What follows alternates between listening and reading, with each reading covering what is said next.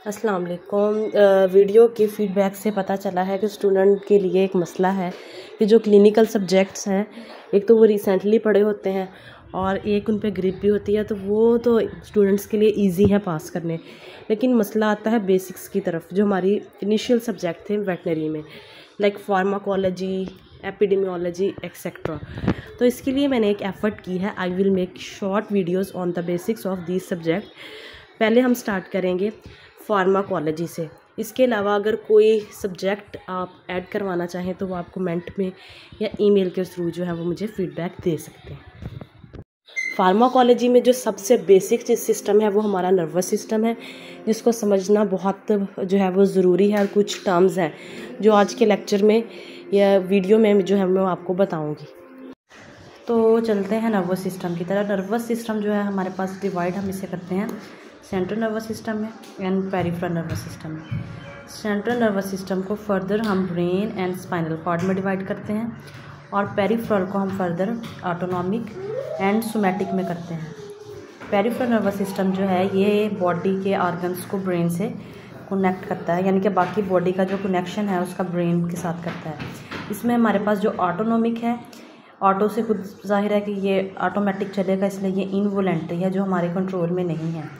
और somatic nervous system वो है जो वॉलेंट्री होता है, यानी कि हम अपनी मर्ज़ी से कर सकते हैं, लाइक मसल मूवमेंट। इसमें जो होता है सेंसरी ऑर्गन से सिग्नल्स जाते हैं ब्रेन की तरफ, और जबकि ये जो ऑटोनॉमिक है इसमें ब्रेन से जो है वो ऑर्गन्स की तरफ सिग्नल जाते हैं।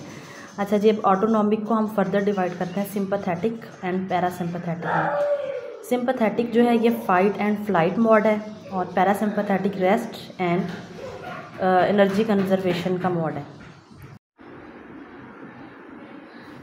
अच्छा जी, अब इसमें से जो हमारे पास सिंपैथेटिक नर्वस सिस्टम है, इसमें बेसिकली जो ऑटोनॉमिक है इसमें ब्रेन से ऑर्गन की तरफ मैसेज जाता है, इसीलिए ये हमारे कंट्रोल में नहीं है, इनवॉलेंट्री है। अच्छा जी, सिंपैथेटिक के एग्जांपल में हमारी डाइजेशन हो सकती है, ऑटोमेटिक है, ये भी रेस्पिरेशन भी ऑटोमेटिक है। All other visual function like liver है, किडनी है, वो भी ऑटोमेटिक है। और इसका जो हार्मोन है बेसिकली वो हमारे पास एड्रेनालिन है, सिंपैथेटिक नर्वस सिस्टम का या फाइट एंड फ्लाइट का।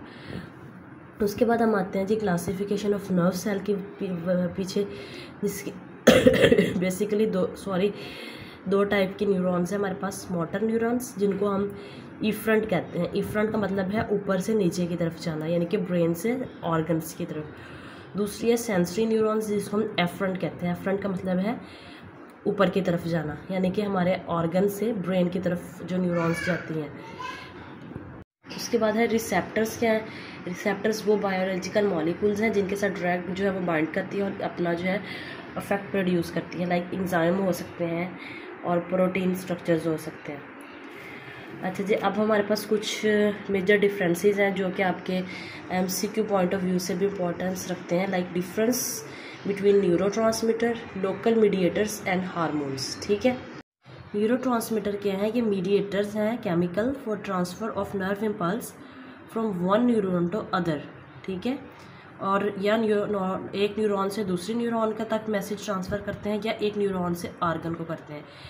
ये केमिकल सिग्नल्स हैं जो न्यूरॉन्स से बेसिकली रिलीज होते हैं। लोकल मीडिएटर्स वो होते हैं जो केमिकल लोकली प्रोड्यूस होते हैं और वहीं पे डिस्ट्रॉय हो जाते हैं, ये ब्लड में एंटर नहीं होते। लाइक हिस्टामिन जो है वो हमारे पास रिलीज़ होता है, उसमें एनाफाइलैक्टिक जो है रिएक्शन है या हाइपर सेंसिटिविटी है उसके अंदर। ठीक है, अच्छा जी, तीसरी टाइप है हार्मोन्स। ये हमारे पास सिक्रीट होते हैं थ्रू एंडोक्राइन सिस्टम, ब्लड के थ्रू ट्रैवल करते हैं और फिर जाके अपने टारगेट सेल को अफेक्ट करते हैं, लाइक ऑक्सीटोसिन। बात है जी गैंग्लियन। क्या होते हैं? गैंग्लियन जो है वो सेल बॉडी की कलेक्शन है, ओविड स्ट्रक्चर है, ओवाइड।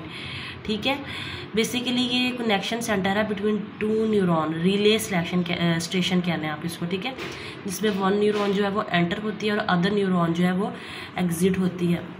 अभी मैंने जो है ना वो स्टैंड नहीं लिया कैम वाला, इसलिए थोड़ी सी डिफ़िकल्टी हो रही है।